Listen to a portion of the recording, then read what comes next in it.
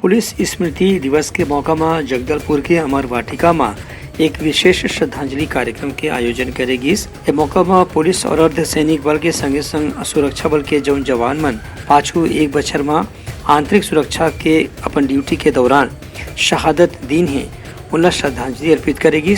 संगे संग उनकर परिवार वाला मन ला शॉल श्रीफल भेंट करके सम्मानित करेगी। एवेर में पुलिस अधिकारी मंडल ने बताएगी कि पाछू बछर में 189 पुलिस और अर्ध सैनिक बल के सदस्य मन के शहादत हुए से एमा सीमा सुरक्षा बल के 22 और सीआरपीएफ के 15 अधिकारी और जवान मन के नाम शामिल है। संगे संग दूसर सुरक्षा बल के जवान मन के शहादत घल हुए है। कार्यक्रम में कलेक्टर विजय दयाराम, आईजी पुलिस सुंदर राजपी और पुलिस के वरिष्ठ अधिकारी मन एके संग्रह मिलके जम्मू शहीद जवान मन ला अपन श्रद्धांजलि दीन। ब्यूरो रिपोर्ट उत्तलंघा न्यूज।